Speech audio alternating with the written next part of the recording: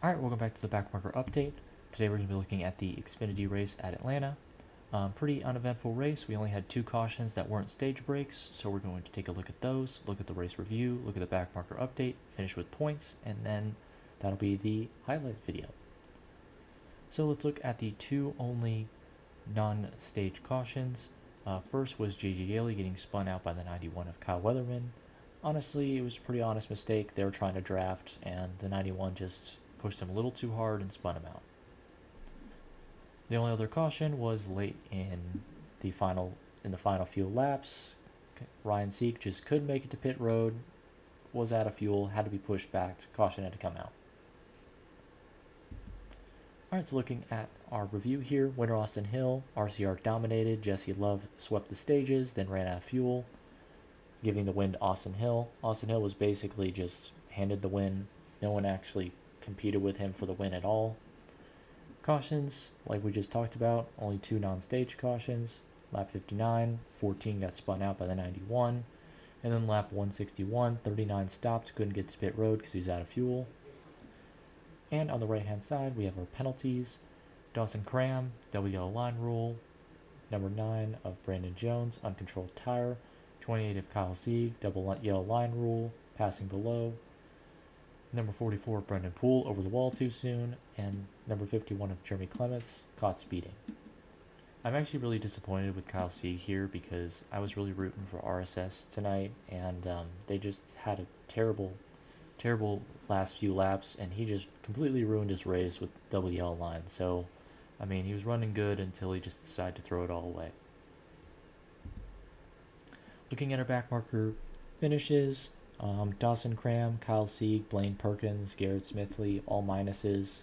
Kyle Sieg minus 10, just ruined his race. Dawson Cram got penalized with double yellow line as well. Blaine Perkins just finished poorly, and Garrett Smithley, I think he just fell off the pace. So all of them had terrible days, but Kyle Sieg is the worst offender. And then average days, Kyle Weatherman started 17th, finished 17th, spun out J.J. Yaley, but was still able to get a good finish. Jordan Anderson started 38th, finished 38th. I think he just DNF'd, so can't really say much about that. Just running a Mike Harmon chassis on a blank scheme. I mean, what do we expect?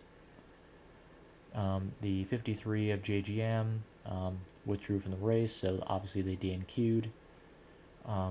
Joey Gase +4, Nick Leitz +4, Patrick Emmerling +4, Anthony Alfredo +8, Ryan Ellis +9.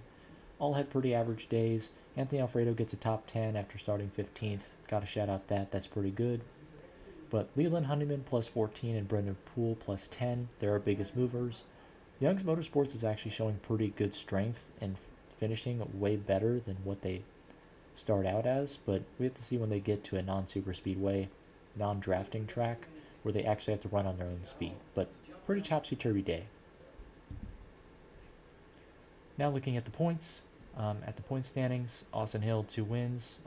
Creed, Herb Smith, Chandler Smith, and Jesse Love all +20 above the cut line. Obviously, 2 races in doesn't really mean that much, but looking at who's already locking themselves in based on points is pretty cool, I guess.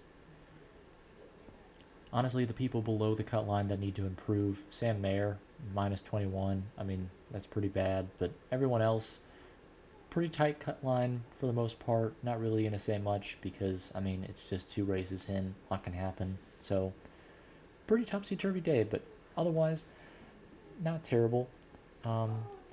Looking at the teams that are doing pretty well right now, JGR already has 2 of their drivers doing pretty well. Ryan Truex is in the playoffs, even though he's part-time, so that's pretty cool. Colleague Racing has AJ Allmendinger, but for their other car, Josh Williams, he's pretty out there in the points, so he needs to do better. And then SVG is obviously right there with Allmendinger. Junior Motorsports, 2 drivers out, 2 drivers in. All drivers are around that cut line, so except for Sam Mayer. Sam Mayer needs to do better, but honestly, not really going to shout at them too much. Alright, so that's going to do it for this backmarker update about the Atlanta race. Thank you guys so much for watching. Like if you like, dislike if you don't, subscribe if you feel like it, and I'll see you guys next time. Toodaloo!